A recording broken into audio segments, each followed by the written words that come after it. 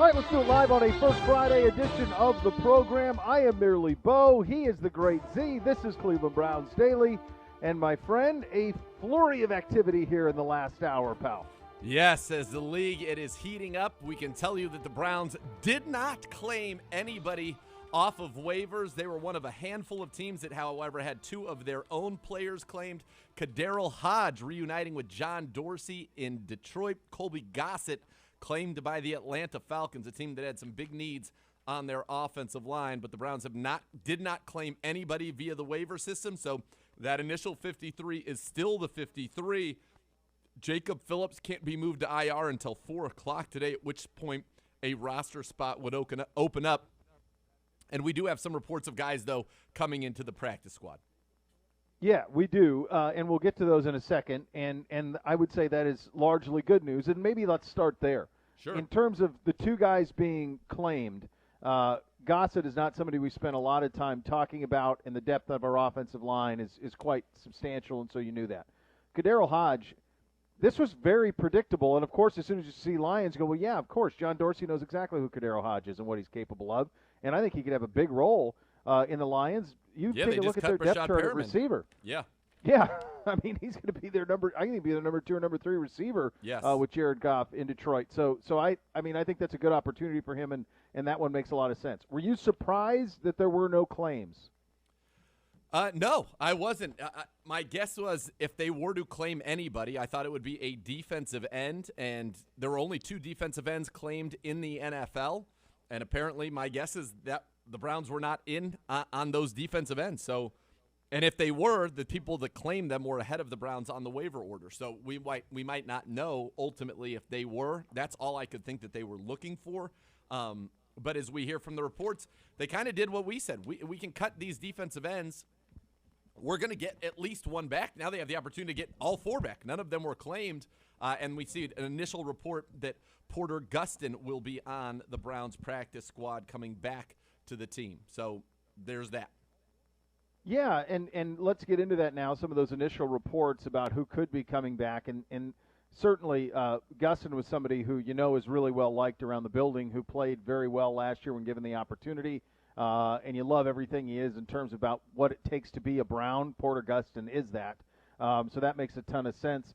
Mary Kay also reporting Jordan Franks, Johnny Stanton, and then the big one, and this is Jake and Mary Kay with this, Elijah Lee reportedly back to the practice squad. So that worked in the sense that Elijah Lee, and you mentioned the Jacob Phillips situation, elite core special teamer, and away you go. Right, and so my hunch is that Elijah Lee will play in Kansas City. I think that he's brought back. Yeah. How that works, if he's put right on the 53 or if he's elevated that week. But I believe that Elijah Lee will be playing for us against the Kansas City Chiefs in a special teams capacity, which is what we had really kind of always talked about with him, and that he was also a vested veteran, so they were able to do that. I've also, Jake Trotter reporting that JoJo Natson will join the Browns practice squad, and I've also heard reports that Jamarcus Bradley will be joining the Browns practice squad as well. Not to mention, remember, yesterday we heard Nick Mullins. So if it's Nick Mullins, Porter Gustin, Elijah Lee, Jamarcus Bradley, JoJo Natson, and Johnny Stanton, right now that would give you 1, 2, 3, 4, 5. That's 6 guys. Jordan Franks would be 7. So Jordan Franks, right. 7 out of 16 would be where you're at right now. 7 out of 16. So still plenty of movement to go. And we haven't seen confirmation. We'll get confirmation later, I'm guessing, on, Nick Mullins. But the Browns are doing a good job. We're seeing that Adam Schefter now reporting. Here was one that we were watching. Adam Schefter now reporting that the Jets, are signing Sheldrick Redwine to their active roster. So they did not claim him. They must be claiming him then. How would they be able to do that? They must. I guess once you clear waivers, you're a free agent. That's how. So Sheldrick Redwine he cleared being signed to their 53. Okay. So there's one that you were, certainly somebody who is really respected and well-liked in the building. You can, on and off the field, was really good last year when called into action and played well. He's been here a long time. You would have loved to have him back. I would assume you would have loved to have him back, but you won't. He will go to the Jets, and my guess is play a pretty solid role for them going forward because I think he's a really good player. He is a very good player, and let's not forget that there's a connection there in the fact that Joe Woods was the defensive backs coach for Robert Saleh in San Francisco. And so I know that the coaches very much liked and respected Sheldrick Redwine. I'm sure that those words kind of permeated the league. And so Robert Saleh jumping on someone that would be less of an unknown commodity than in other circumstances where you don't have a connection to that staff. Okay, in terms of I think we were at 7, so that leaves 9 to get to 16 on the practice squad. I would assume at least 2 or 3 more defensive ends. I would think you'd want 3 defensive ends probably in that mix on up front. You'd probably there, get right? one more. You probably get another defensive end. You want just 2? You think? I just think 2 of them? Probably fine. I bet you're going to get a kicker to be on your practice squad. So DN, a kicker. My guess is you'll have a running back on your practice squad just because it's always good to have running backs. And so far we have nobody on the offensive line. You're going to get some offensive line players there as well. Yeah. So that's where you stand. And Marvin Wilson, by the way, cleared waivers. It wouldn't surprise me at all to see Marvin Wilson come right back to our practice squad. Right. That's a good job out of you. So in terms of just the timing of all of this, players can be moved to IR. The short-term IR, that can happen at 4 o'clock today. That will happen. So that's where you'll see Jacob Phillips move to that. We assume that he will move to that, at that point, and then a spot opens up, and then that would be the Elijah Lee spot, I would assume, going up into right. I mean, that would potentially provide. I mean, however they get there, there, at this point, nothing official. I think Elijah Lee, he'll either be there or they'll put a defensive end into that spot at that time. But Elijah Lee, I feel 100% will be active for week 1 just to kind of help fill some of those special teams voids. And remember, you can do that a couple times, go up to 55, bring up guys from the practice squad. So that might be the strategy early on as they sort things out. I get the sense that perhaps Michael Dunn, I think it's still 50, as opposed to we were talking about it more as a 90-10 that he would go on IR. I think it's maybe more 50-50 than perhaps we initially thought. Not to say that he won't, but I don't know that it's as certain as perhaps we thought it was earlier. So there might only be that one spot that's truly opened up. And for Sheldrick Redwine, by the way, congrats to him. The Browns didn't have a room spot for him on their 53, and he goes right to another 53. That means the Browns now have had 3 guys off of their roster go right onto other teams' 53s. That's tied for the most in the league. Yeah. That's just the quality of our roster. That's the quality of our roster. It's the quality of the depth, and it's where you're at. And so you're getting close, and you have – right now it looks to be, what changes happen over the weekend. It's fluid, obviously. But we said this yesterday on the show, and we're spending a lot of time talking about the bottom of the roster. The vast majority of this thing is locked and loaded and has been for a long time. And that team is currently preparing to play Kansas City a week from Sunday. I mean, that's where you're at in terms of where the organization is at this point. To that end, yesterday's practice, in terms of those who did not participate, Delpit, Hill, Grady, Taki, Phillips, of course, Treader, that was probably expected. Dunn expected as well, Hollywood and Malik Jackson. So those are all that were down yesterday in practice. And the one thing that I think you could read from this roster makeup is that all of that is as expected, and that the ones that are serious, I mean, Phillips obviously would be serious. You mentioned your comments on Dunn. But the rest of those guys, they obviously feel very good about them being ready for a week from Sunday in Kansas City. Yeah, and look, that's a great thing. We were talking about a few spots here or there. And by the way, Bill Callahan, how about when he told me we have 6 NFL quality guards here? You've got 4 of them on our roster. Forbes is on IR, and Colby Gossett has been signed to the Atlanta Falcons 53. So all 5 that were healthy are on 53s, and the others on the injured reserve here with the Cleveland Browns to end his season, but to keep him also very much into our program. We were deep. The principals are ready. Odell Beckham Jr. ramping up. He's going to be ready to go. You're starting to see out there some that NASCAR package we've been excited to see. And by the way, Gibbe, if you're able to open your mic for a second. Of course. I will say it. Put me on, and I will. If I'm wrong, I'm wrong. But I don't think that there's been anybody who has had much belief, even through the tumultuous times, as I have in Tack McKinley. Is that fair? Do you guys agree with that? I think I'm conductor of that train.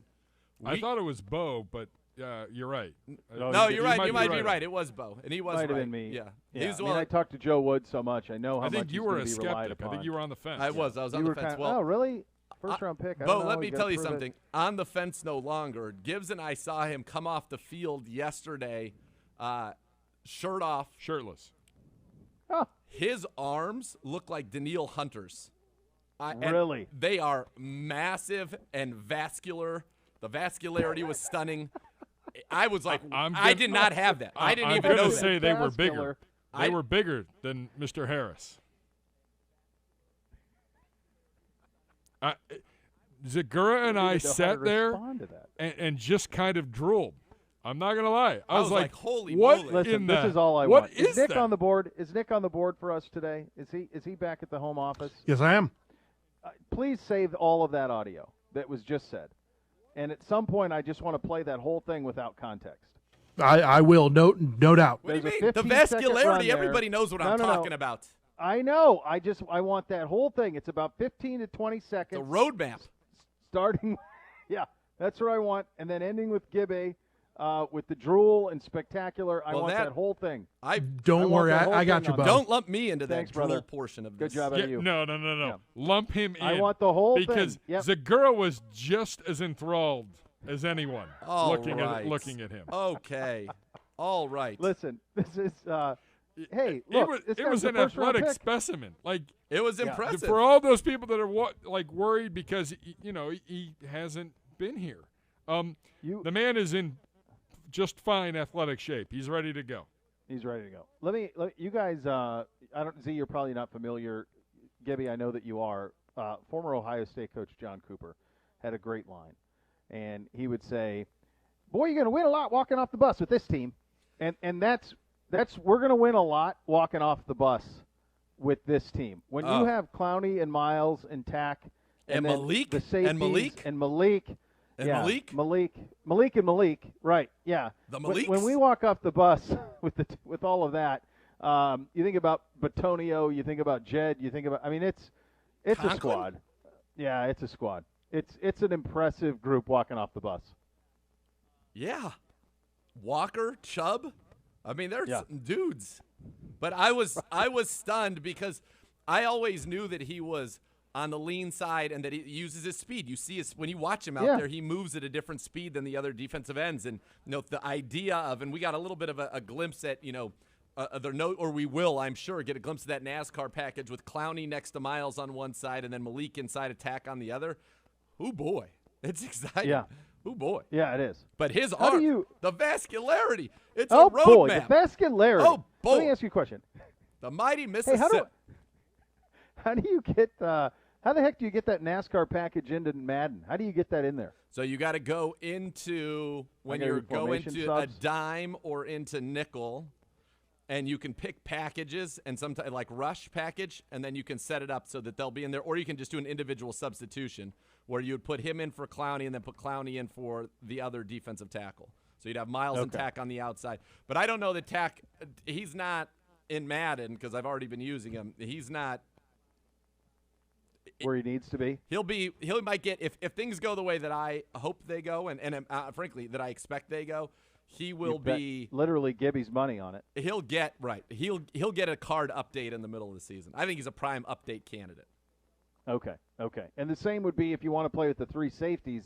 How do you do that? Yeah, that you can do. That's in a couple of the formations already. Dollar, that's in dollar right there. The dollar. Yeah, you can go little dollar bill. Yeah, I got to learn this. I got to learn the playbook. Yeah, when are we going to play? I just got in. I told you, I fired up over the week. It's tremendous fun. It really is wonderful. It is, yeah. It is a lot of fun. It's cool it's just cool when you're going through and you see where we are ranked overall. Yeah. And I want to say I was playing it over the weekend against one of the boys, and we have a higher overall rating than the Chiefs. And Hoop's a beast in the game. He catches everything. Yes. Yeah, he does. Yeah. It's fun. This season's going to be fun. And we're getting to the point now where that is going to start coming into focus because, we've spent so much time through camp and worried about these last few spots. Well, now there is no more. There is no more discussion around it. There could be some tweaking here and there. I think kicker is the one that is interesting, Z. Obviously, I think you're on point on that. Were you surprised that no claims on that, considering some of the people who were let go? Or do you figure, well, we'll just bring one in? Well, I think the guys that you'd be most interested are probably, honestly, vested veterans. And so those are free to sign that you wouldn't have to be claiming anyway. So that was kind of the way that I had looked at that. Yeah. So good job out of you. So that's probably where you're headed on that front. Beyond that, it's pretty well set. I think your 2021 Cleveland Browns are pretty well set, and you know what they're going to look like going forward. It'll be further crystallized this afternoon when it comes to who moves to short-term IR and who does not. That will happen at 4 o'clock. So lots of fun on the program today. You'll hear from your coach, Kevin Stefanski, coming up next, recapping the cut-down day, where to get to. The Voice is joining us at 2 o'clock. The great Jim Donovan will join us on the program. Kind of a wild day around the league. Yeah. We will get to busy. that as well. And a really, really incredible press conference from Malik Mcdowell yesterday, who really is the star, I think, of camp and really one of the stories of camp. And we'll play that for you guys coming up in the second hour of the program as well. Off and running. Cleveland Browns Daily, 850 ESPN Cleveland.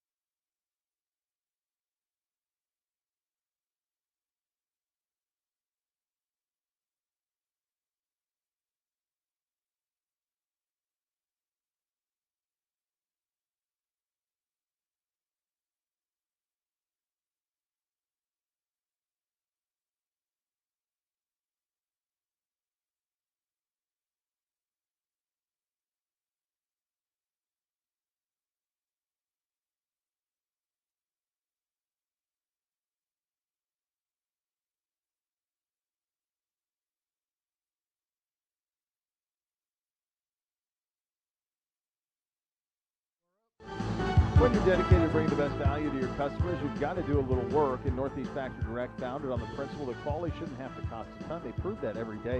You keep that overhead low, buy the truckload they buy, and pass the savings on to you, the customers. When it comes to mattresses, they outdid themselves. Search the entire country to find the best factory with the best warranties. Now they're the latest technology in mattresses for a fraction of the cost. Northeast Factory Direct has you covered, whether it's king, queen, full, twin, bunk bed, mattresses, box springs, and more.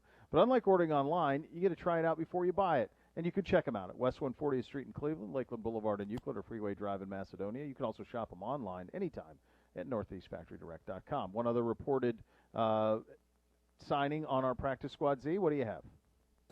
Mike Garafolo reporting that Curtis Weaver, the Weave, is back with the Browns. So that would give you 2 of the 4 defensive ends that were released. Cameron Malveaux, Joe Jackson still out there.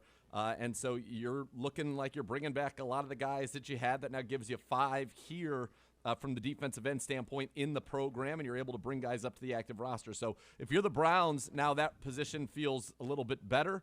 I'll be curious to see if that's where the roster spot ultimately goes for Jacob Phillips to one of these defensive ends. My guess would be Gustin would be the first guy that'd be active, or if it does go to Elijah Lee, I think all of that is on the table right now. But if Nick Mullins indeed is here, Gustin, Elijah Lee, Jamarcus Bradley, if he indeed, again, those are reports that we haven't seen, quote-unquote, confirmed, JoJo Nats and Johnny Stanton, Jordan Frakes, Curtis Weaver, that get us halfway home to 8 of the 16.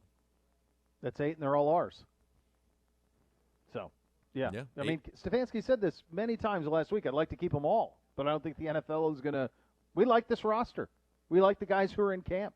And so that's what you're seeing today is a lot of those guys coming home, and they're getting them back in the program. This is a big win, Browns fans. There's a lot of winning going on right now in terms of how this roster is being constructed and put together and who's sticking around here.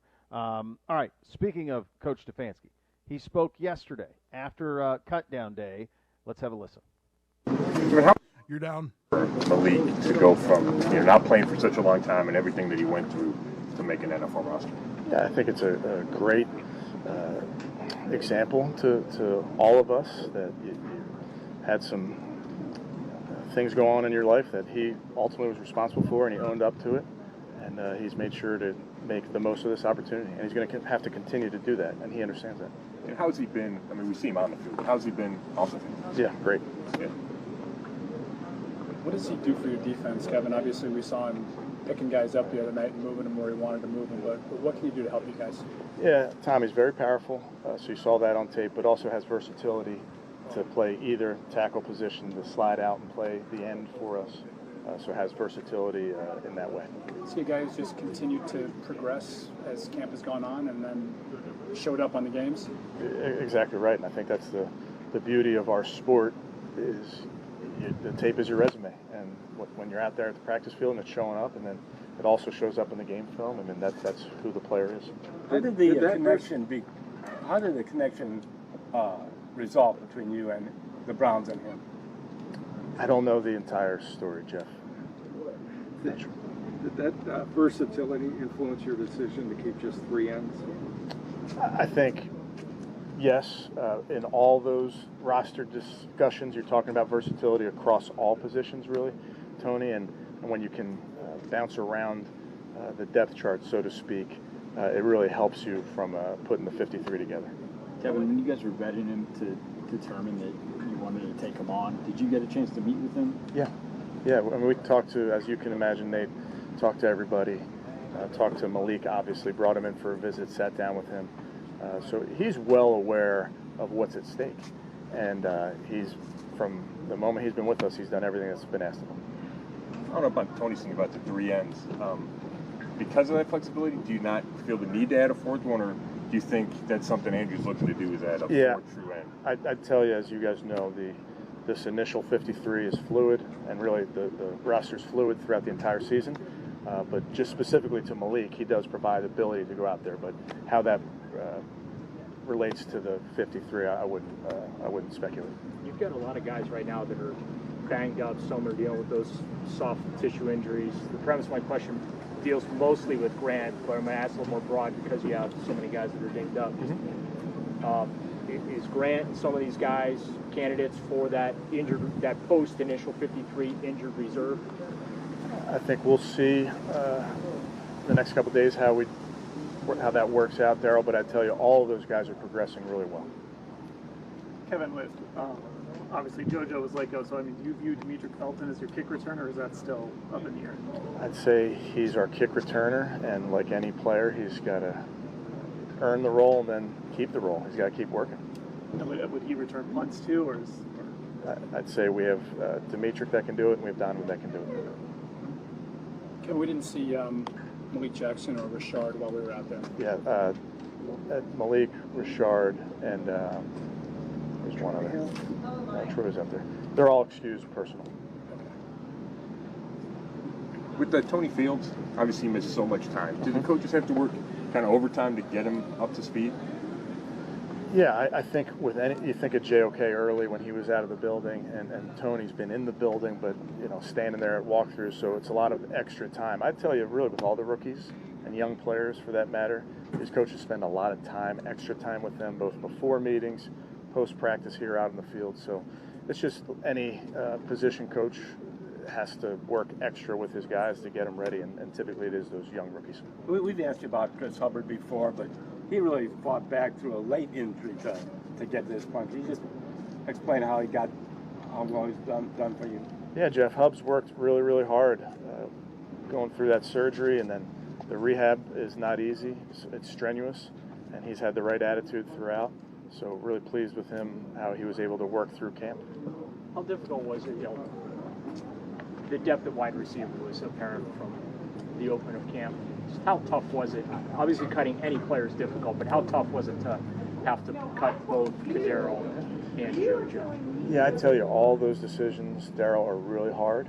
It's not easy to get this roster to 53. And I told the guys that the other night after the game. I wish I could keep everybody, but it's just not the reality of this NFL. Will you wait until Monday or Wednesday to work on the Chiefs, or will you get in some work on the Chiefs this week? We'll wait till next week. I mean, obviously it's a huge challenge, so I don't want it to be misconstrued that we're not working on them yet. But we'll get to them next week. But the coaches have certainly started working on them. I know the roster's not done, but do you feel like you have much more depth than a year ago? I mean, can you see the striking difference? Yeah, I don't remember last year, though, Marla. You'd have to fill me in. I would tell you, again, getting this roster to 53 is very, very difficult. And I think that speaks to the depth of the roster. Kevin, at this point, what's your message to Chase McLaughlin? I don't know that I have a message for any of our players, really, Nate. It's show up and work for all of our guys. I mean, about his status with the team. Yeah, I don't think I have any message for anybody on our 53. They just got to continue to get better. Kevin, last year most of the teams stocked their practice squad with their own player cuts. I don't know if that was unique to last year, or do you see that continuing as far as the Browns too? Yeah, I think definitely unique to last year, or I should say last year was unique in that there was no preseason, so there were very few claims. Back in 20. Year, and you didn't have preseason tape on that class, so I'd anticipate that it may be different this year. There's definitely a lot of guys that we would love to have back on our practice squad. Any restrictions for JOK, or is he? He's good to go. Are you expecting those guys that were excused to be back this week? Yes. You're up. Oh, there you go. And you heard that last part there. And as we're going through some of these guys who we have re-signed, who are our guys who have cleared waivers, Coach said I'd like to keep all of these guys, and we're getting to keep a lot of them. I think we have 8 already. Z, do we have that number right in terms that will be back? Are we still at 8 reportedly? Yeah, so Mullins, Gustin, Lee, Jake Trotter, saying Jamarcus Bradley, which would be a confirmation of the earlier report we saw, JoJo Natson, Johnny Stanton, Jordan Franks, Curtis Weaver. So 1, 2, 3, 4, 5, 6, 7, 8. I also saw a report saying that John Kelly, who played so well in that Week 2 game against the Giants, the running back, would be back in the mix as well. Okay, there you go. One other thing I just found funny, someone had asked him about a message at kicker, and he said, I don't know if I have a message. Shut up and work. Work. Show up and work. Show up and work. That's the message. Show up and work. Earn the job, keep the job. There's no message. Earn it. Right. You're on the 53. That's it. No messages. John Clark out of Philadelphia saying sources say Eagles are signing undrafted free agent defensive tackle Marvin Wilson to their practice squad. And I think if you're looking at it through Marvin's eyes, there's a pretty big logjam ahead of you here of young guys now in terms of Elliott Togiai and now Malik McDowell that make maybe this not the most appealing destination for a young defensive tackle who's looking to crack a team this year. So he is going to the Eagles. Well, and I think what you just said, you could apply to Kadero Hodge with Detroit. You could apply it to Sheldrick Redwine with the Jets. They're going to get an opportunity. And we have a lot of talent on this roster.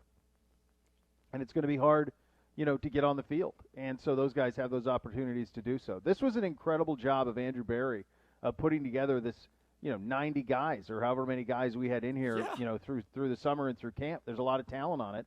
it's awesome that we're able to keep a lot of them. Go ahead. Like I said, our 3 guys going from our camp to other active rosters is tied with Kansas City, and there was one other team for the most in the NFL. That's a sign that you're good. Kansas City's 2-time defending AFC champions.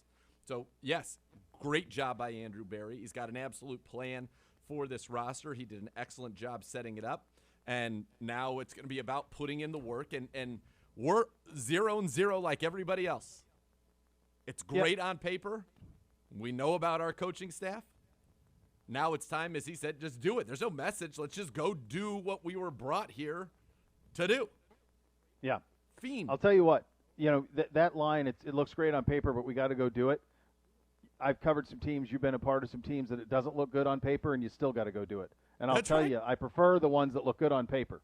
Those are the ones you like. Those ones usually work out pretty good, are the teams that look pretty good on paper. There aren't a whole lot of examples of the on-paper teams not showing up. So when you have one that's on paper, usually it translates pretty well, and I have a gut feeling that it's going to do that here this year as well. We will go through and kind of start to turn our attention to Kansas City, the strength of this roster, the overall composition of this roster. We'll get into that coming up next. The voice of the Browns, the great Jim Donovan, will join us coming up in about a half hour from now. You'll listen to Cleveland Browns Daily on 850 ESPN Cleveland.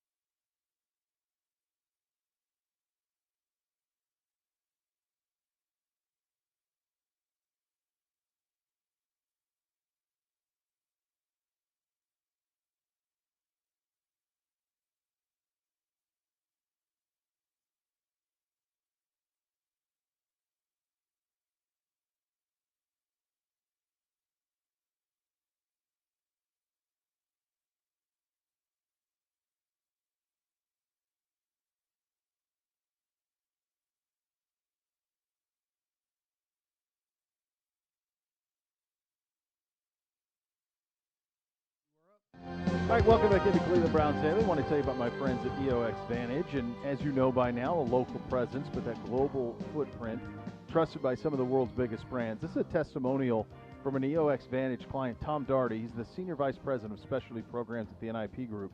He said, quote, I have a saying about working with EOX Vantage. If you dream it, they can build it. We generate lots of ideas for them to carry out. They've implemented everything we've come up with. We brainstorm ways to innovate and improve our company, and we use EOX Vantage for their infrastructure, coding, programming capabilities, and technological expertise and experience working with the global brands. We're absolutely thrilled with our partnership, and you will be too. You can learn more, EOX Vantage, by visiting www.eoxvantage.com or call 216-298-1616. Again, that's 216-298-1616. All right, you're getting closer here. Gibby has some questions for us. Top 3 positions the Browns need to address prior to Kansas City. I have a list. I'll hold it up. I was going to say, I reject this question. 0. What's my paper say? Blank. Nothing. Blank. Nothing. Gibby, your question is rejected. You're safe. You're safe, Gibby. Nothing to address. You're safe. Safe. Just saying. What position do you want to address? Like, if you needed to bring in another body, do you need to see someone? I mean, only kickers, you're a little uneasy just because the way it ended in the 3rd preseason game. But other than that, no, we're loaded, man. Yeah, we're loaded. A little queasy there. Okay, I'm a little more comfortable right now. I wasn't when I typed this up. I was thinking defensive end would be the red flag because there's only 3 bodies, and you got to have at least 4 or 5. Yeah, but now there's, according to report, now there's 5. You're safe. Yeah, per safe. reports. Swimming in safeness. It's all right. We'll get the final thing at 4 o'clock. Probably. Yeah. It's. I mean, guys, honestly, though, to be fair, this is a complete roster. Are there deficiencies? Every team has them, of course. There's some spots you're better at than others, but in terms of need, the only thing that you're probably – you would have loved to have seen Cody stay healthy all the way through camp and to have a whole nother week at that. You would have loved to have seen that. And maybe that is something that is addressed between now and then just because of the way that it ended. But I think the thing that we all have to remember, and that position is probably different than most in this sense, in that it really is the games probably matter more than what you're seeing in practice because there's a different pressure to it. So that didn't end the way that you wanted it to end in Atlanta, you know. So maybe that's something you'd explore. But aside from that, you're locked and loaded. Yeah. Feeling good. Looking good. Looking good, Billy Ray. Feeling good, Lewis. Let's go. So good. So good. They don't make movies like that anymore. Like the that R-rated comedy. You don't get that anymore. No. It really peaks. They stopped making them. They stopped making them after like the old school Hangover. That Wedding run. Crashers. I'm going to say there's probably some rules now. Some things have changed in society where Oh no, I don't mean that. I don't mean this. I don't necessarily mean that. I just meant the R-rated comedy. It's not there. They don't make those anymore. You do superhero movies, and that's kind of it. It's kind of remakes and superheroes. That's it. You don't make R-rated comedies much anymore. I don't even know what the last one was. That was like Neighbors, maybe. That's still a long time ago. It's a while ago. Like there was in the that last one with 5 all years, the little kids one? that was in the last 5 years that was like pretty foul, and it was about kids. Like Super Bad, but that was 20 years ago now. Yeah. No, not Super Bad. No. I mean, there's one that literally is about kids, but it's bad. But it was funny. Okay. So that was one that was an R-rated comedy. Yeah, you don't get them very I often. believe so. Yeah, Gibby liked it. You'll have to tell. I don't know what that one is. We'll have to see what that is. Gibby asks, what are the 3 strongest position groups on this roster? 3 now strongest we're talking, position Gibby. groups. Now you got something, Gibby. Now you're cooking. All right, I'm going to do a quick list right now.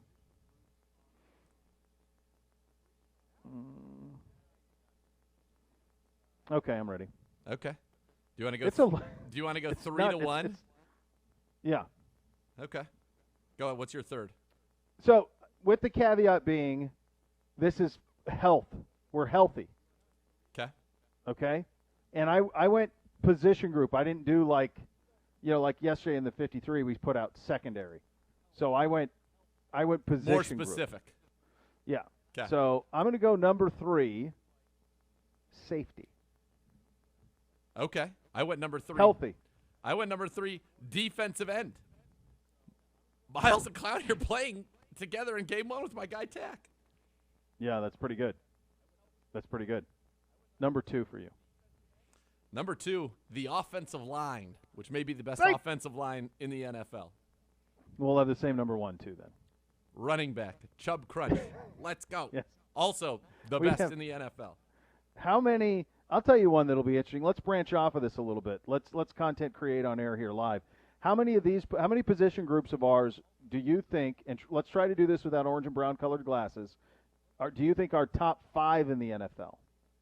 So running back, O-line for sure. Running back, O-line. I think you could make a case top to bottom that our wide receiver room. Top 5? 1 through 5.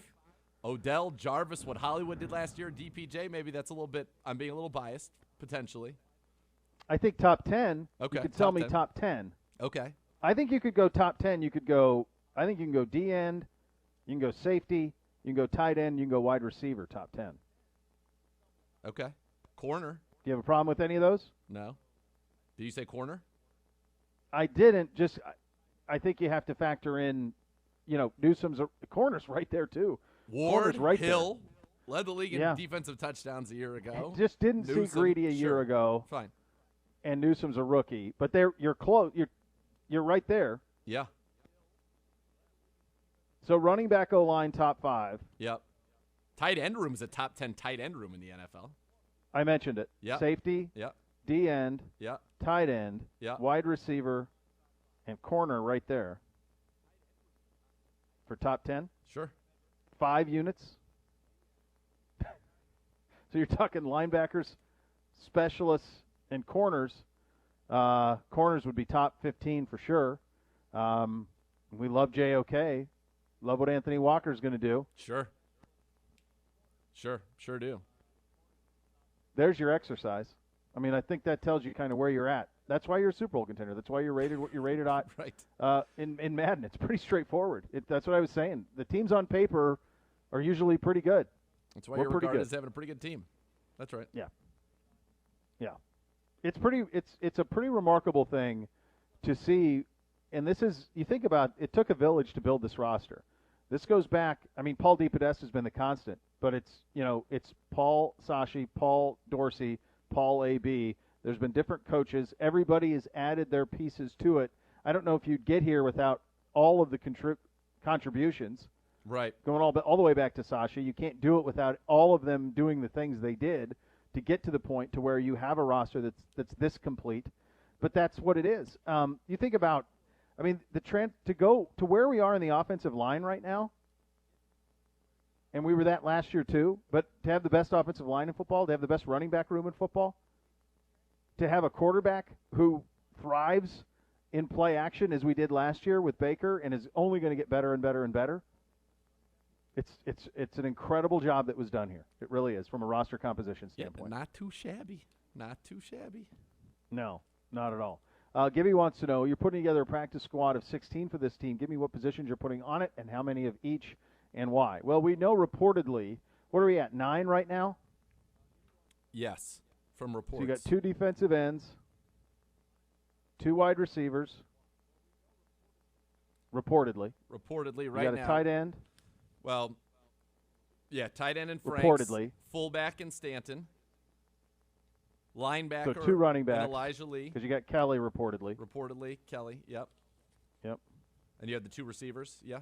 Yep, and Brad. 2 D ends. Yeah. Quarterback. Is that where we're at? 1 quarterback. Oh, yeah, 1 QB reportedly. So that's 9. Yep. Well, you're going to need offensive line. Yes, that's what's missing right now. That jumps out to me. That jumps off the page to me as what's missing right now. You go 1 or 2 of those. 2. Probably somebody interior, a tackle, prospect, or project that you can work on there. It's unfortunate. Greg Sonata, I know that they were enjoying his contributions, and he was placed on injured reserve, so he's out of the running for that spot. But I think you got 2 defensive backs. I think you're talking a corner and a safety. Oh, easy. Easy. for sure. Maybe 3. It'll be interesting to see if Moffitt and Rugamba perhaps would be the 2 that I would see. Javonte Moffitt feels like a guy. Do you think 3 defensive backs, some combination of 2 corners and a safety, or 2 safeties and a corner? Yeah, we could. That gets you to 14. You're going to have a kicker. That's 15. And then one more. Then we'll call it a wild card spot. You might want to have 1 more defensive tackle here, so you just have 6 in practice, so you could have 3 full combos. Yeah. Yeah, that's kind of where you are. Oh my gosh, Nick, good job out of you. We need that. I'm going to just keep that in the. Just keep it in the vault. Just keep that in the vault. That whole thing I need in the vault. That whole interaction I'm going to need at some point. We just always want to be at the ready. It's a good job of you getting that out there. I'm excited to hear the interaction again. I liked it. There's a lot of adjectives that were used that I think it's going to be exciting to hear again. Yeah. Almost as exciting as it was to hear you guys talking about it in real time. So I think Gibby very talking about drooling was maybe that was 1 pace too far. I was impressed with the vascularity. I got it for you right now if you want it. The size. Do you guys even know what you said? I know what I said. The excitement of it all? Yeah, I was pumped. I think Zegura made up some kind of term that I with no context. No context. Just play it. Go ahead, play it. Bo, let me tell you something. On the fence no longer. Gibbs and I saw him come off the field yesterday, shirt off. Shirtless. His arms look like Daniil Hunter's. Really? And they are massive and vascular. The vascularity was stunning. I was like, I did not have that. I didn't even know that. I'm going to say they were bigger. They were bigger than Mr. Harris. Zegura and I sat there and just kind of drooled. It's priceless. So again, I think he overtook. I stand 100% behind my comments. You got looped in. Looped in. Yeah, I'm stepping away from Gibbs's comment, and he also said worked in Harris there, which was nice. Harris, Daniil Hunter. So what? Tomato. Begin with I stand 100% by my comments, and as a person who, I'm not ginormous. Okay, so I respect those who are, but that's what the guys want. When you talk to the guys who are getting big, like my buddy, the Deathmatch King Matt Cardona, or you talk to, for example, the great one, The Rock, they're not only concerned with their size, it's the vascularity. They want to have where you can see, in layman's terms, that means the veins, where the veins are popping, so you can kind of see them. They look like the river. So that, for those in the know, if you know, you know. You want to have that vascularity. You want that vascularity. Yeah, that's what you're looking for. Absolutely. Great job. Yeah. Hey, did you guys see? I stand by my comments. I think my comments hold up great. Gibbe's? I got greasy. Things got greasy. Not sure about that. Healthy respect, admiration. By the way, no. Like, got a little loose. But the two of us stood there in awe. Yeah. You stood there right. I think that's known. You did. You couldn't stop looking. Don't even think for a minute that you're getting off the hook. You're saying that it was like you're the one Kramer? that was like, hey, look over there. Look over there. Are you trying to say it's like the Kramer? I couldn't look away? Yeah, you couldn't. What is the line in Old School when Vince Vaughn goes, yeah, Frank, I think everybody knows you had a really good time. That's right. That's like how I feel with you guys right now. Yeah, I think everybody knows that you guys enjoyed it. I think the whole town knows that you enjoyed it. That's right. Yeah. I've got plenty of friends that are like, I'm now uncomfortable. Thanks, dude. No, be comfortable, man. That guy plays for us. Did you guys see this morning, and we've got quite a bit going on in the league, and we'll get to some of this, but did you see Irv Smith missing the season in Minnesota?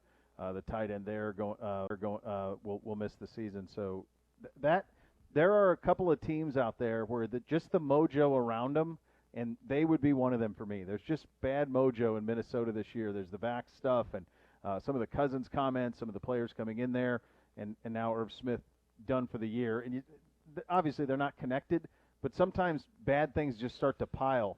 Let's not let that scare people away, though, for fantasy reasons, from Dalvin Cook, Thielen, and Justin Jefferson. I think they're going to be a bad football team, but I think they're going to be good for fantasy. Well, it's a bad division, too. Right. So that's the other thing is it's a bad division, and they if they're not a good football team, they'll chase. So that's one of the. Don't you think that's one of the hardest things for people to wrap their head around? Certainly, the trying to separate good fantasy players from good actual football players. I think it's really hard for people to separate the two. Like, you can be a tremendous fantasy player and not necessarily be a great football player, or even, and certainly not a great team. But people fall in love with guys based on fantasy production. Opportunity. I notice it with my kids. Accumulation. Yeah. Those matter. And the yards that are touches. The yards that are gained by a Justin Jefferson or a Thielen or a checkdowns to Dalvin Cook in the fourth quarter of a game, or TJ Hawkinson, for example, in Detroit, I think is going to have a monster year. Those yards count the exact same as yards that are earned under competitive circumstances. Yes. And in many instances, they're more plentiful. Right. More opportunities. Right. More Look at James opportunity Robinson to last year in a PPR league. James Robinson scored as many points per game as Nick Chubb. And that's counting Nick Chubb's take the 4 injured games out. In the 12 games Nick Chubb played, where he ran for over 1,000 yards and scored 12 touchdowns, James Robinson in a PPR league did the same point production per week because he caught like 6 balls at the end of games when they were getting blasted, and they gave him every carry. Opportunity matters. That's why Najee Harris is going to be, if he's healthy, he's going to be a fantasy stud. Joe Mixon, they got rid of Giovanni Bernard, a thorn in his side for years. Joe Mixon's going to have a lot of opportunity in a pretty good offense, I think. Yeah, if they can protect. They're terrible up front. I mean, just absolutely dreadful up front. And I do wonder what happened with him last year, because he basically just didn't want to play anymore. He just stopped playing, and there wasn't even really injury reports on him week to week. He just wasn't available. So be a little wary of that. But I'm with you on Najee Harris. I think he's going to be an incredible work rate for him in Pittsburgh, because I think they need him to have an incredible work rate to be successful. We spent a lot of time this summer. We had the great voice of the Browns, Jim Donovan, joining at the top of the hour. We spent a lot of time this summer talking about golf and the various events. You saw the PGA Tour's ruling on Bryson and the Brooksies? So soft. So soft. So you will now, if you are caught doing this, you will be thrown. And Kevin Van Valkenburg wrote a great story about this for ESPN over the weekend about how Bryson is not blameless, but this is also not what he wants to be, and that this is essentially a form of cyberbullying that has taken place, that Koepka is basically bullying DeChambeau into this stuff, and DeChambeau can't get out of it. And I see Rory with some comments today about it as well, that he's not blameless, but it's obviously tough to be him right now. And this is not someone who's comfortable playing the role of villain, and yet that's very clearly what he is. Well, then you shouldn't have become the villain. Right. You made yourself the villain, and now you've got to deal with it. You picked a fight with the wrong guy. Totally. Well, he picks fights with everybody. A man's got to know his limitations, though. Hey, Cantley, you had to know Koepka would be well ready for any sort of verbal sparring.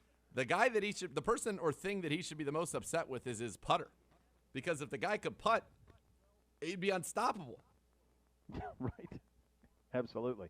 The voice of the Browns, Jim Donovan, will join us coming up next. Before we do that, though, the Browns High School Football Game of the Week is back. It's presented by Ohio Cat in association with MedLiminal. Fans can vote now to determine this week's game on clevelandbrowns.com, at Browns on Twitter. The poll closes Thursday at high noon. This week's candidates: Twinsburg and Aurora, Lutheran East, Lutheran West, Maple Heights, Willoughby South, Boardman, and Jackson. Those are your teams to vote for, and the winning team from the selected game of the week receives $2,500 for their high school football program, and you can vote today. I vote that we always win when we have Jim Donovan on. He will join us at the top of the hour. You listen to Cleveland Browns Daily on 850 ESPN Cleveland.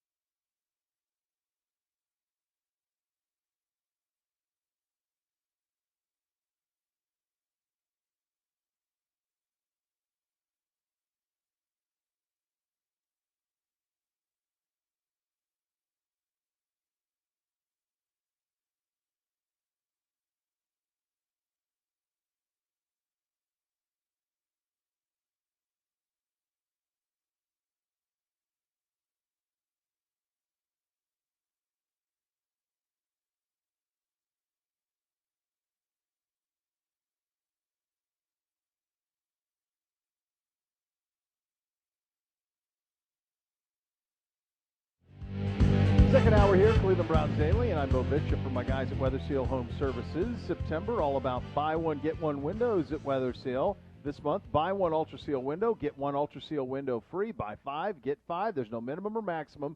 Replace all your problem windows at once. Weather Seal's Ultra Seals windows are strong, durable, beautiful. They're easy to clean, and they're easy to open. For the lowest monthly payments, ask about Weather Seal's zero-interest financing with approved credit. You can give them a call today at 877-WINDOWS or visit WeatherSealHomeservices.com. With that, we head on the hotline for the voice of your Cleveland Browns, the great Jim Donovan. And, of course, we always start with what we're doing. What was today all about? What are we doing right now, Mr. Donovan? What's going on, pal? Well, first of all, hi, guys. Good to be with you. We are celebrating here on the farm cooler weather.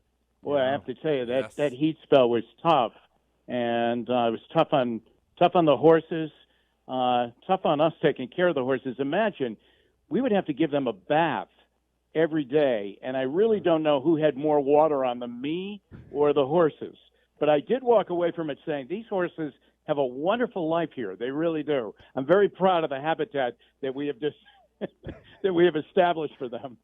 Jim, isn't it amazing? Can you give me the average amount of time, if untied, so if you give a horse a bath, the average amount of time it takes for them to go roll in the dirt?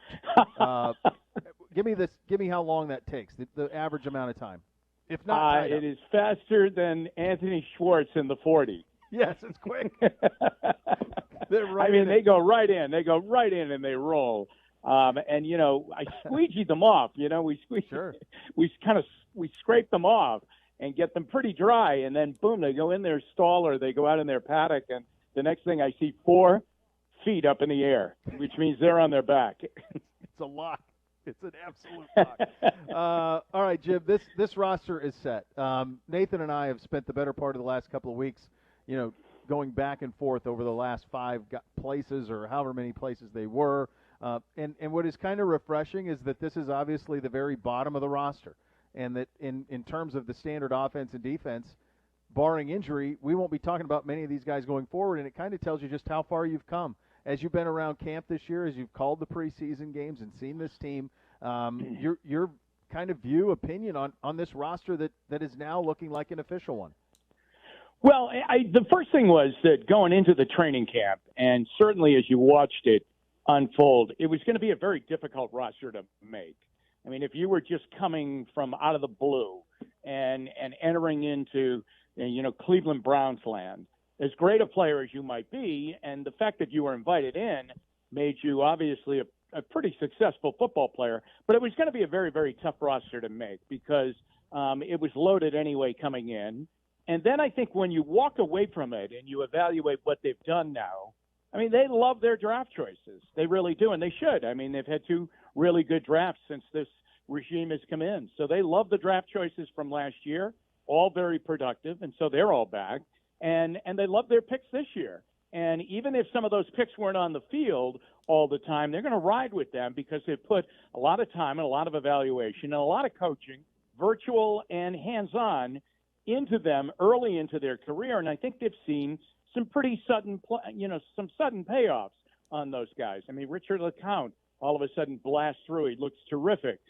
Jeremiah Owusu-Koramoah had a tremendous game down in Jacksonville, and be it for a couple of stitches in his forehead, we probably would have seen more. And you can go right on down the list, and you can say that their draft choices, they were fixtures. They were going to make the team. And then other than that, I mean, you're looking at a team that it was just really going to be difficult to make because they had so many presiding talent on the team that delivered a great year last year and was on the up to improve this year. So I'm not surprised. Kadarius Hodge obviously became a subject of a lot of talk going into the last week and the last preseason game. He was playing a lot during these preseason games, all 3 of them. So, I mean, they had their eyes on him. They were trying to see where it would fit. I know Mike Prefer knew it was a great fit for him on special teams. But when you take a look at, they spent a 3rd-round draft choice on Anthony Schwartz. Donovan Peoples-Jones is really coming on, very, very quick. Maybe his role at his salary was going to be reduced anyway, and, it just wasn't going to be a fit for them. But Kadarius Hodge was a very, very strong contributing player for the time that he was here. That's the difference in the roster. That's how hard it was to even hold your spot.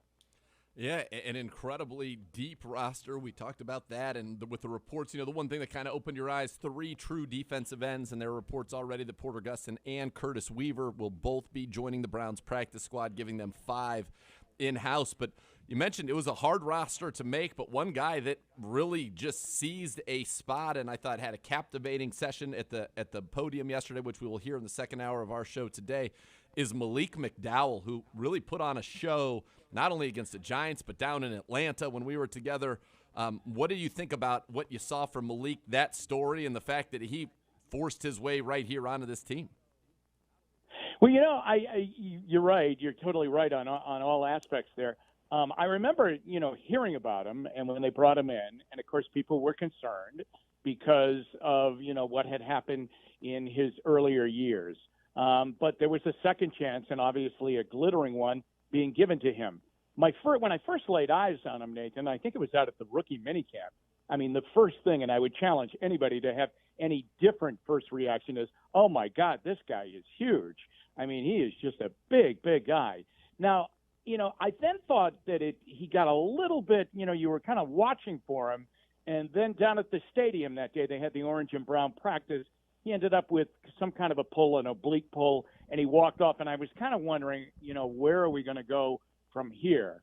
But once he went out on the field, he became this physically dominating player, unlike we have seen probably in a while, a guy just manhandling anyone that was in front of him or in his way. And so you can't bypass talent like that. And he's a great story. And hopefully it is going to be a great story, too, that he realizes the opportunity that he has. And it certainly sounded like he realizes it and is very appreciative of the Browns. And the Browns end up with a terrific project who might be beyond the term of project, might be ready to go and be a contributor right away. Yeah, I mean, could be an incredible diamond to unearth on this roster, and the fact that he's played the way that he's played. The great Jim Donovan, of course, the voice of the Browns, our guest. Jim, let's just take a step back now and go big picture in terms of what you've seen in camp and what you've seen through the preseason games, but most especially what you've seen in camp.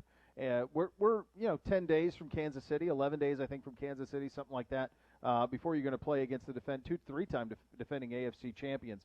As you look at this team going into that, where are your question marks? Do you have any?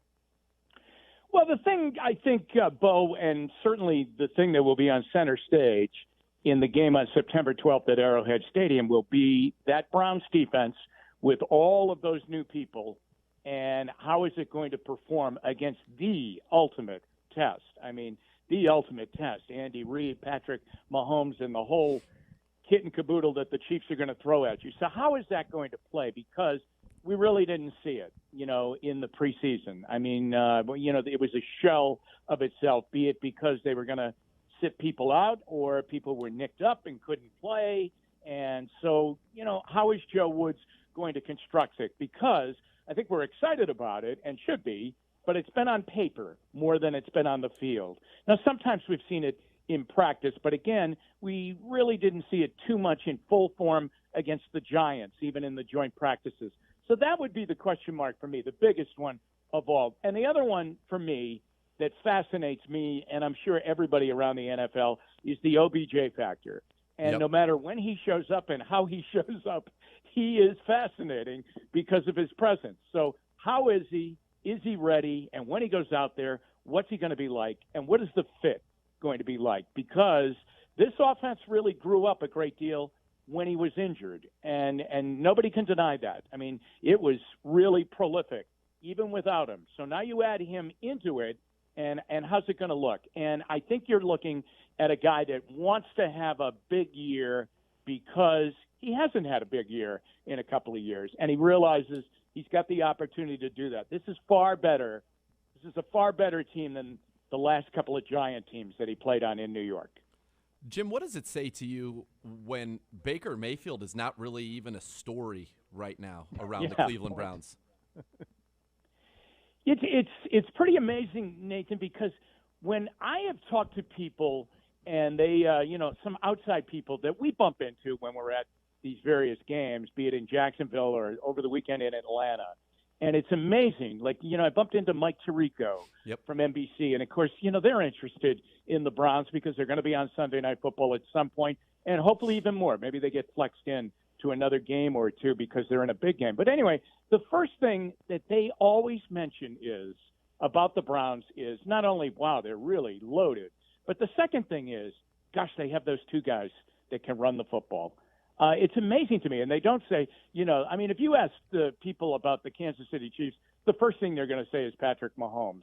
And, and it goes on, with big quarterbacks in the game. If you ask about the Green Bay Packers, well, what's the mood of Aaron Rodgers? How's he going to be this year? Now, I'm not downplaying Baker at all, but a lot of people look at this team from outside and say the fact that they have that 1-2 punch of Chubb and Hunt and the ability week in and week out, no matter what the defense is going up against them, that they can run the ball, wow, that makes them difficult. Then when you throw in all the other stuff. You're right about that. And do you think it also has to do with some of, the fact that he showed over the second half of the season what he is capable of? He has come in here completely in command. I think every podium session has been as in command as his on-the-field performance has been as well. And it's not a question. It's not a distraction. It's just Baker Mayfield is the quarterback of this very good football team, and let's see, what this team is capable of doing. Yeah, and I think it's also, too, if you can kind of look at it, Nathan, and say he's down the road now into becoming a really great quarterback. I mean, he has everything in place. He's got a great team in front of him, terrific offense. He's got great coaching. He's in a system, and that's the most important thing maybe. He is in a system, and he's along in the system now because he's had a couple of, earlier in his career, as we all lived through with him, a bunch of stops and starts. He started as a backup, then he came in, then he had a change in offensive coordinator, then he had a change in head coach, then he had another offensive coordinator. There were a lot of stops and starts, and I think that bit him a little bit, certainly in that second year that he had a rough year. But now he's kind of past that, and he's down the road in his career. And, he's got smooth sailing right now because he has so much good around him. He's being coached so well, and you can just see how that coaching has rubbed off on him in his command, as you mentioned, in his leadership, and most of all, in his comfort factor. He's not winning with words. He's winning with passes and execution. Jim, I'm just wondering, have you seen the new Progressive ad with Baker? Have you seen that yet? No, I have not, no. All right. Well, there's a cameo in it of a certain gentleman that you share a booth with, and I have a feeling that maybe we're going to need a bigger booth after this because it's a pretty big star turn for young Deke. It's a pretty big star turn. He's a natural actor. Did you know he had that in him? Well, I know, for instance, as the three of us are talking right now, I know Doug is glued to the television set, not waiting for the Progressive ad to come on. But I think that he is a Chicago PD junkie, where he just watches it all day long and would love a part in that. So if you're telling me that what you've seen so far is a pretty good start to that, I could see him, in jeans and a hooded sweatshirt and a leather jacket being part of the Chicago PD unit that goes out and keeps the streets of Chicago safe.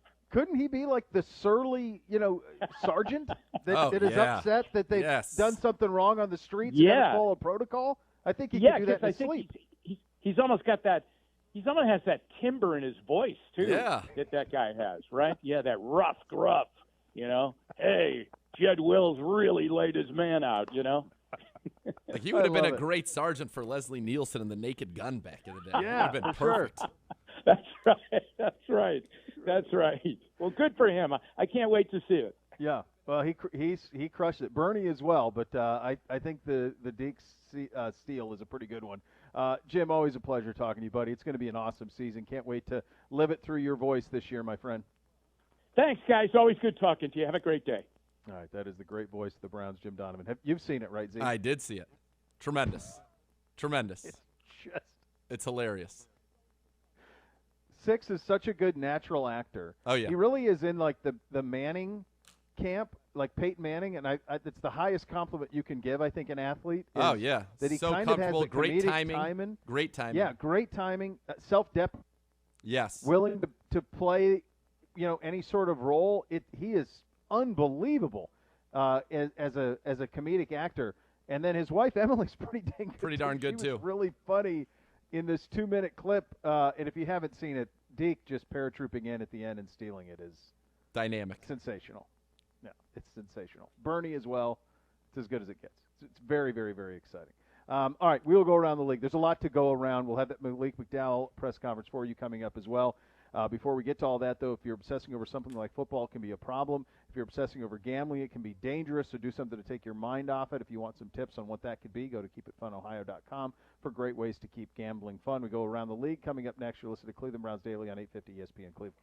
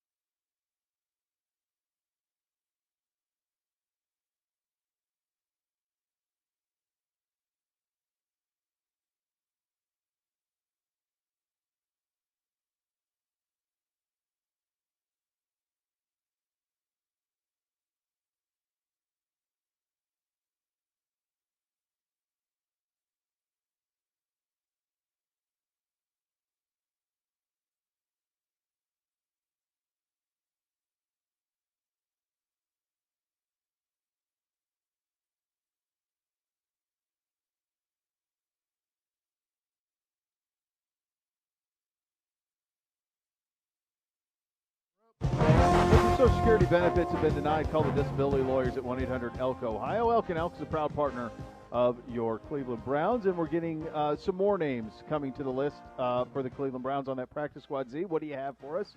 Are we official now? Yeah, we are official, but at 11. Okay. 11 of the 16 11 official are announced, and they are wide receiver Jamarcus Bradley, defensive tackle Sheldon Day, tight end Jordan Franks, defensive end Porter Gustin, running back John Kelly, linebacker Elijah Lee, safety Javante Moffitt, quarterback Nick Mullins, wide receiver JoJo Natson, fullback Johnny Stanton, defensive end Curtis Weaver. And so That means of those 11, 10 were here with us in camp. And now you add Nick Mullins as the third quarterback in the Browns stable there. So 11. So we've got a defensive tackle, 2 defensive ends, a linebacker, a running back, a fullback, a tight end, 2 wide receivers, and then the safety, Javonte Moffitt. So they kept a lot of the guys in-house that they wanted to. So we're still waiting. We probably need a couple offensive linemen in this last 5. We need, I think, another defensive back or 2 probably in the last 5. Yeah. And then a kicker, right? Yep. That's probably what you're waiting on.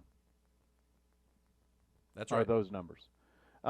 In terms of around the league, there's nothing too groundbreaking that I saw. Did anything jump out to you in terms of around the league, in terms of signings or anything like that? We've gone over our guys who have been claimed elsewhere already, with Kadero Hodge, Gossett going in Atlanta, Hodge going to the Lions, Redwine going to the Jets. Go ahead, Gibby. Yeah, Denver cutting running back Royce Freeman with all the moves going on. Is that a guy that could end up in Baltimore? They tried the Royce Freeman experiment. They drafted him high. Oregon tried running it back year after year, and it never took off.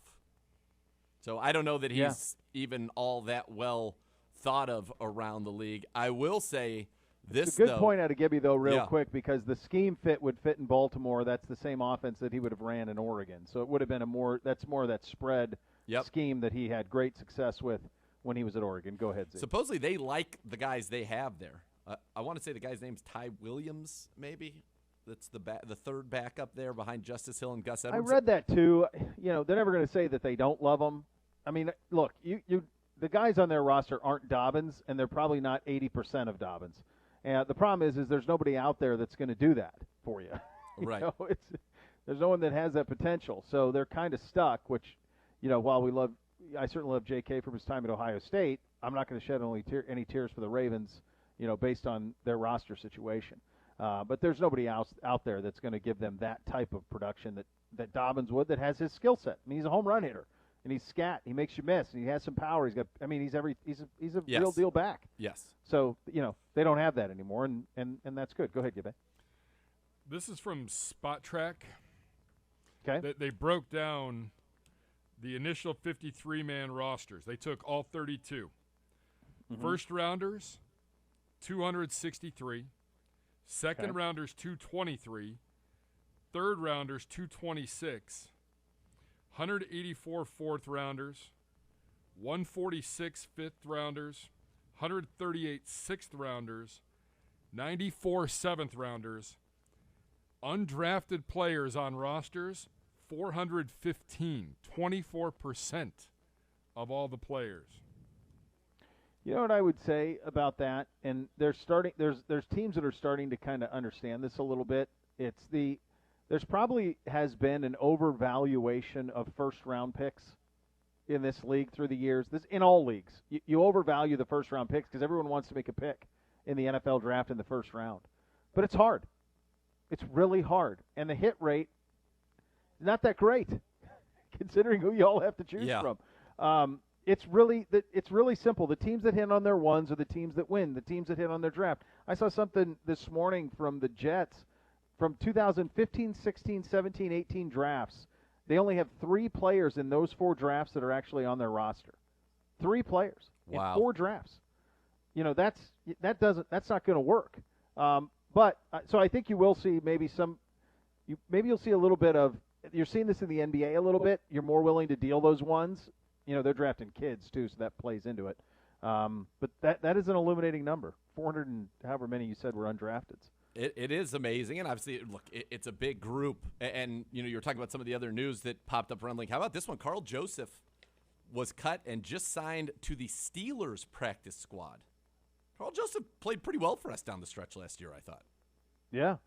I saw, speaking of the Steelers, I saw Joe Hayden with the Last Dance hashtag a couple of minutes ago. So, you know, looking like maybe his last season in Pittsburgh. Yeah, he will as test well. free agency next year. He'll test it out. The news yesterday, Urban Meyer in trouble with the NFLPA after admitting to reporters vaccination status was a factor in cuts. Well, yeah. I mean, you probably can't say it. They don't want you to say it. But, yeah, of course it is. Availability is a big deal. This is me talking, by the way, Beau Bishop, not necessarily the voices and the opinions of the Cleveland Browns. I hope that's abundantly clear, and I'll make it abundantly clear. The NFL and the NFLPA incentivized you to get vaccinated in about as big a way as we could. We talked about this back in the spring when we saw this. Life's going to be pretty hard if you're not.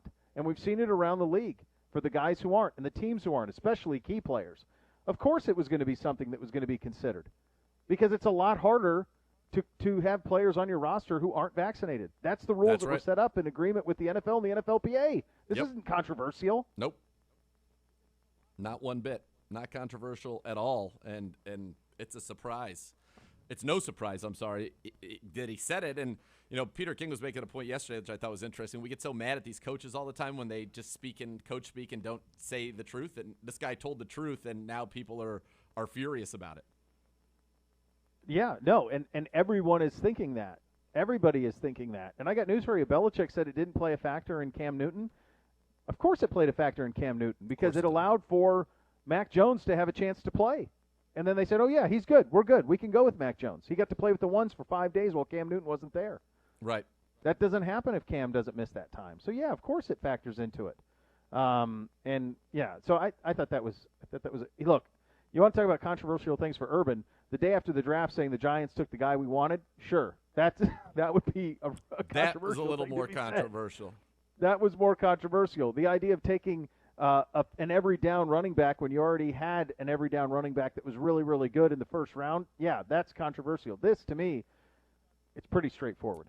Yeah. Speaking of things and news around the league, I believe I had this. You were so adamant that Baton Rouge was the place yesterday for the Packers and the Saints to play. Yeah, you just kept mentioning Jacksonville. I just kept bringing up Jacksonville. I just had a hunch that it would be Jacksonville, and I was pretty adamant that you couldn't play in a college stadium, and that was something that you should go off of. But Jacksonville was the answer, so I believe I had that. Congrats! Take a victory lap. The ball's not going to spike itself. Yeah. Whose line was that? Albright. That was a great line. That was a good one. The ball's not going to spike itself. It would have been better if Aaron Rodgers was a Denver Bronco, but. Yes, 60% of the time he's right every time. I believe 60% was the percentage he gave us on Aaron Rodgers going to the Broncos. Look, you understand this for the Packers and the Saints. I don't know about the college part of it, but the LSU football team isn't in Baton Rouge either. They're in Houston. So Baton Rouge could have their own set of problems, and maybe that is why that wasn't an option for Week 1. It had more to do with just the status of Baton Rouge. Jacksonville, it's probably about as good a chance as any for you to have an actual pro Saints crowd. But I still think it'll be pro Green Bay, but I don't think it'll be as pro Green Bay as it would have been in some of those other locations. That's why I was thinking you got to, that's why you were thinking you've got to keep it down to the south to give them at least a geographic advantage, and that's where you were. And your other talking about Arizona made a lot of sense if you wanted to be a dome game for them, and that would be geographically far from everybody. But I thought you were right on the money. Jacksonville pools in the stadium, the south. Good call. Yeah, got it. Nailed it. So there you have it. It does. One other thing I nailed, and this was a couple of weeks ago when I was watching all the practices that I was allowed to watch, was Malik Mcdowell starting to really shine on this roster. And I gave you guys a little heads up and say, hey, pay attention. This guy's starting to make a little bit of noise. And then he started to make a little bit of noise, and a lot, to the point where he's on the 53. He was available to the media yesterday. We're going to have that for you guys coming up next. You're listening to Cleveland Browns Daily on 850 ESPN Cleveland.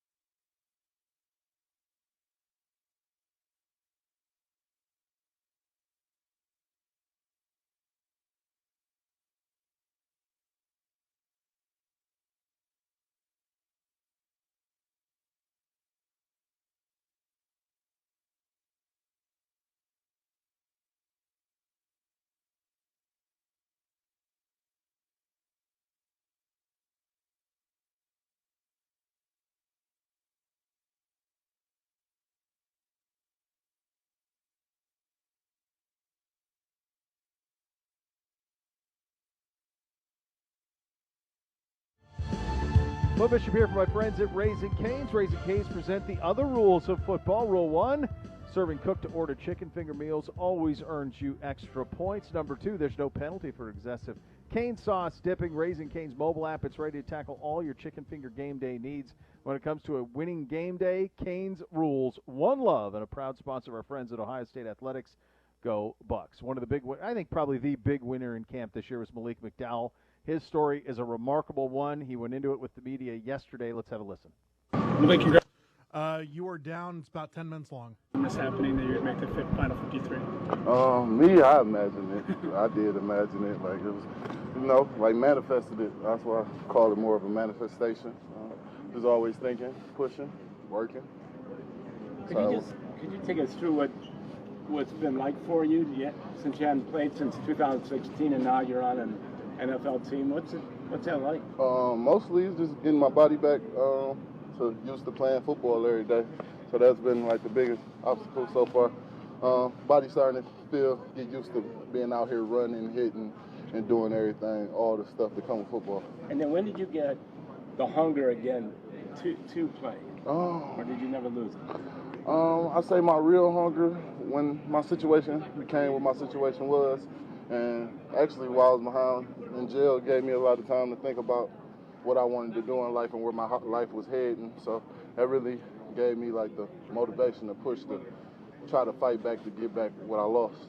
When you're in jail, do you think you're ever going to play football again? Yeah, that's what I was telling all my everybody I was in there with. Like, that's what I'm working towards. Like, when I get out, I'm going back to try to play football.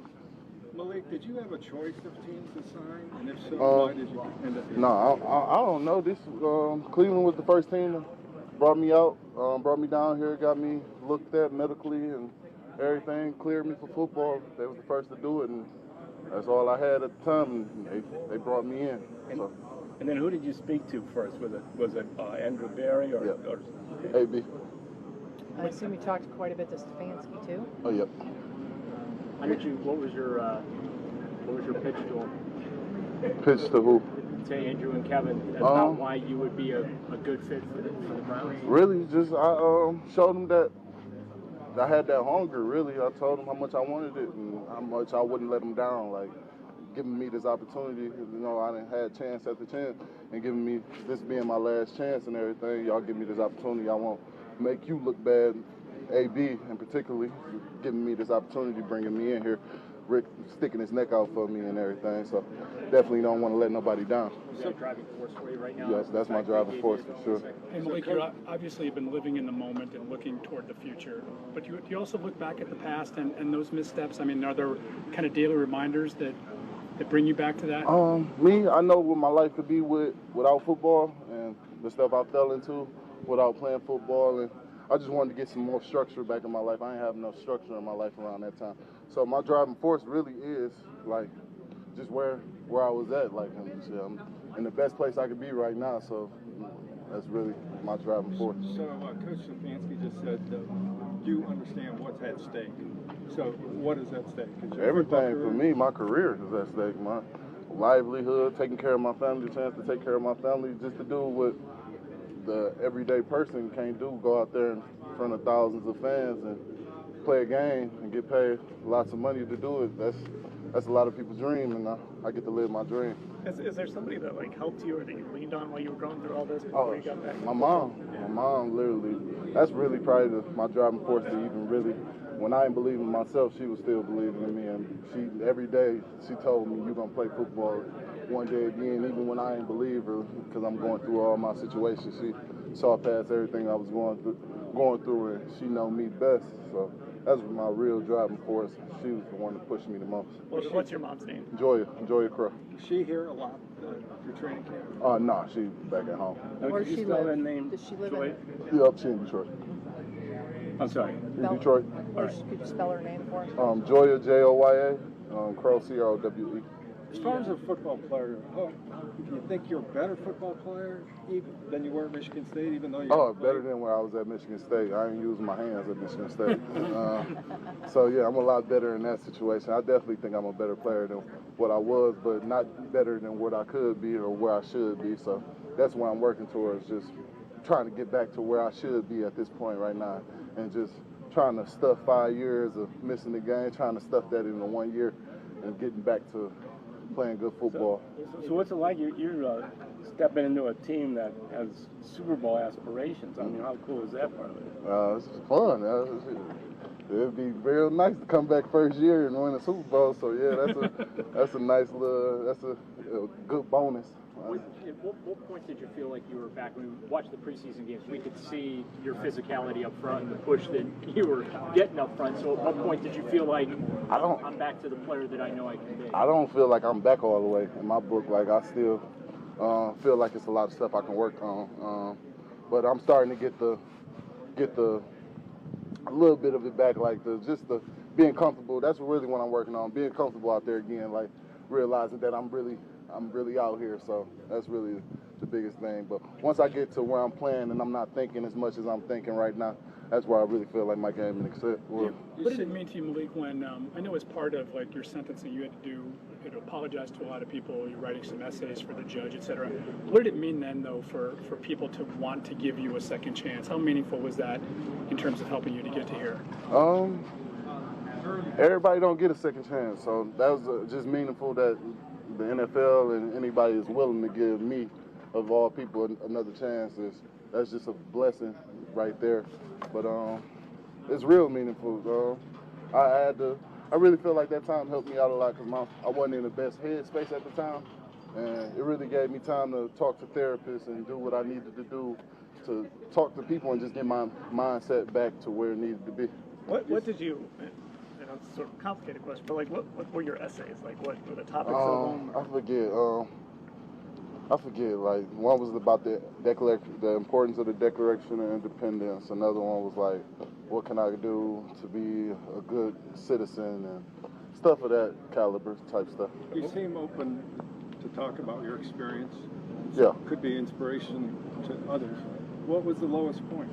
The lowest point was just always the call, getting in trouble in the first call I made, making to your mom you in jail and everything, and you got to tell her like, oh, I done got in trouble again, and just happened to tell her to come buy me out and all stuff. That was when I hit my low. Just disappointing my mom was the biggest low for me. Like, I disappointed myself a lot, but just hurting her because she was the only one that really stuck by my side, and I put her through some unnecessary pain. So that was like the biggest like let down, and me just letting her down. What do you think was the key to turning your life around? Focus, like my mom, and focus, like literally, and just wanting to change. Like everybody around me wanted me to change, but I didn't want to change at the time. So just actually working towards doing what you do, instead of just saying you're gonna do something, actually working towards it and doing what you got to do, even when it's like, because it was a long while. I was working out for a while before I got picked up, and so just working through, just you ain't getting no calls, or you ain't feeling like working out that day, and you still got to go in there and all type of stuff like that. That's so when you were in prison, did you have? I mean, some of your prison mates, I'm guessing, probably didn't have this attitude you have. How did you? A lot of them did, because a lot of them pushed me too. They good, man. Everybody ain't a bad guy in there. A lot of them, they hear my story, so they gave me a lot of inspirational words and just telling me, like, yeah, go out there, pushing me, like, giving me motivational words to get out there and do what's right. I shouldn't be in there with them right then. They shouldn't be in there either, but still, I definitely shouldn't have been in there. And they just gave me motivational words type of deal. Do you think you could play end in the NFL? Maybe I'll drop a couple pounds, maybe. Yeah. Take one more from Nate. The accident, how much did that contribute to everything that followed? Say it again. The ATV accident. What about it? How much did that contribute to did that put you in a bad place? Did that contribute to everything that followed? Not that that's an excuse a lot of for stuff just a lot of stuff drove me to what I had going on. The accident was the biggest part about it, because you going to the doctor, certain doctors telling you can't play again. That's where I lost my faith, and I shouldn't have never lost my faith. Doctors telling me I'll never be able to play again, but I got doctors saying. Back in 30. You go to a team and they doctors say the same thing. You go to another team, they doctors say the same thing. So just trying to push through that at the time was a hard thing for me. That was really, I got down on myself a lot around that time, just really knowing like I might not ever be able to play football again. But God bless me, you know, and I'm back here. So what happened on that? On that accident? Did you what happened in the accident? I crashed. I mean, did your arm, legs, or what? Oh, I had a head injury. You're up. You're up. All right, good stuff from Malik there. There's an element here, and we're in the middle of the story, right? This is the middle of the story. We're not all the way there yet. No. But to this point, this is setting up to be a hell of a story in terms of what had been, what is now, and what could be. And his potential is really off the charts. And I think he's gonna play. So I think he's gonna play a lot. He could play a big role. He has some abilities that you can't teach, and this has the potential to be a tremendous story, the type that you do movies about, the type you write books about. There's that aspect to this, if this can come full circle. Yes, this has the potential to be a wonderful redemption story, and certainly you've taken the first steps to get onto that highway to make that happen, and all indications are that, you know, he's going to get an opportunity in meaningful games to make a meaningful impact for the Browns and really kind of cement himself. And, you know, I think he feels, and you heard in that press conference, obviously, you know, the love of his mom had played a massive role in his ability to stay positive. Even when he was at his bottom, his mom was there by his side. And he also feels a great sense of loyalty, much like Kareem Hunt did. And now Kareem is from this area, but that this is an organization that said, we will give you a chance. We believe in you.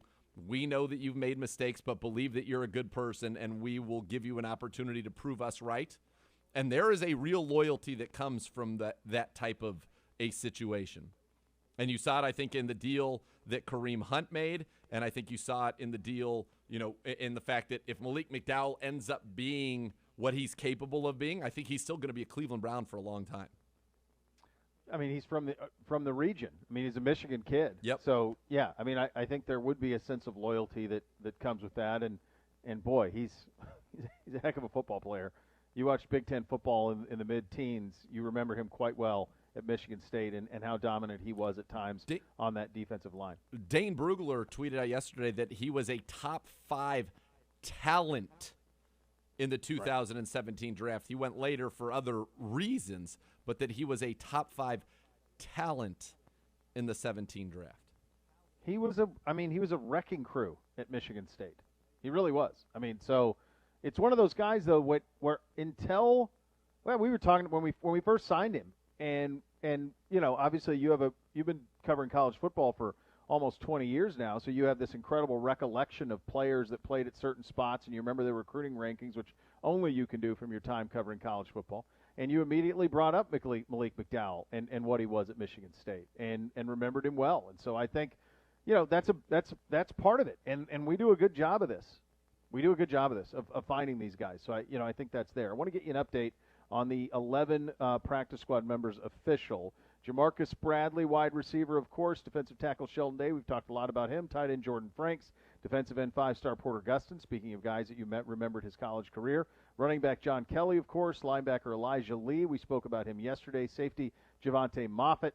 Quarterback Nick Mullins on the practice squad officially. JoJo Natson, the wide receiver. Fullback Johnny Stanton. And defensive end Curtis Weaver. So those are your 11 official. Still 5 spots left out there.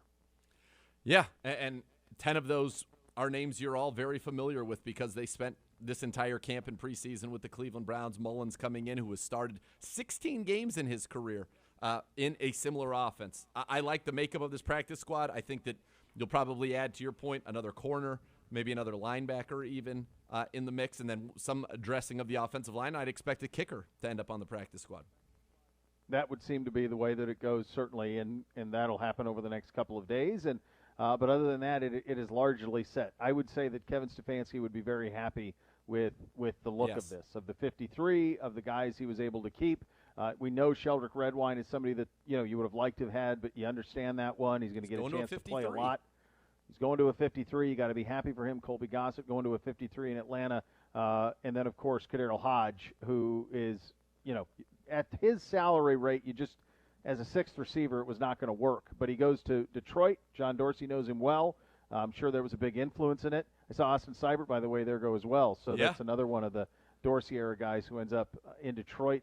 But I think that Cordell Hodge has a chance to catch a lot of passes this year in Detroit. I do. I think I think a chance to be the number 3 receiver in Detroit for Jared Goff up there throwing the ball around. So that's an opportunity for him. And these are good people who are on 53s now. So you're very, very happy for those guys and thankful for their time here.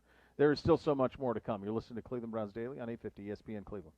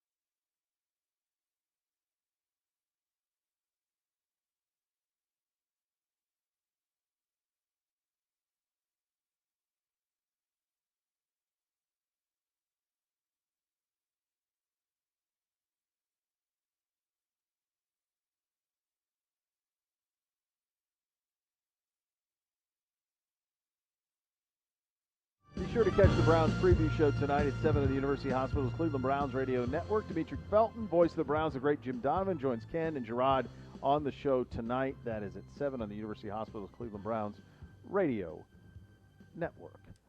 Any other surprise? Anything else around the league that catches your eye in terms of some of these signings, some of the guys being assigned or picked up? I was just going through names that I knew as some of the teams are releasing their practice squads. You mentioned Carl Joseph going to Pittsburgh. On the Bengals, a couple names that are interesting. Thaddeus Moss, the tight end, son of Randy Moss, on their practice squad. And then Noah Spence, who from my days covering Ohio State, I knew, very talented man. Very, yeah. He's probably, as you've said many times on this show, maybe the most important commitment Urban Meyer had in his time at Ohio State, because he got him in about a week, having not known him. And he was a 5-star, number 1 defensive end in the country out of Pennsylvania area. Yeah. I want to say Harrisburg. And I was going to step in for you if I you just didn't pay have very close attention. I Yeah. just pay very close attention when you speak, and so I'm aware Thank of you. these things. But yeah, he was an incredibly talented player, as we all remember. I think that speaks to just how hard it is to do this. You mentioned Noah Spence. We talked about Malik McDowell. 5-star Porter Gustin. Marvin Wilson, 5-star. It is so hard to make it in the league. Yes. You can be the best high school defensive end in the country. You can ball out at Big State U, and it's still not enough. It's amazing. It comes down when you to think how hard it is to make it. And how many guys, the Hoff has told us, how many guys he's seen 1 with minute, unbelievable talent who just haven't been able to master the mental or the work aspect of what it takes to succeed in the National Football League. And so there's a lot of variables that go in. Anybody's at this level is extremely talented. Yep. And, there can be injuries or stiffness, things that ultimately creep up and hinder you. But a lot of talented guys out there, and they don't all make it. No, they don't. And, it's crazy to see guys who are so coveted and then hanging on, just getting on practice squads and making it happen. So we are pretty close. We have 11 official. We've gone over the course of the show. Obviously, there will be 5 more, and we'll keep an eye on those things over the next 24 hours or so.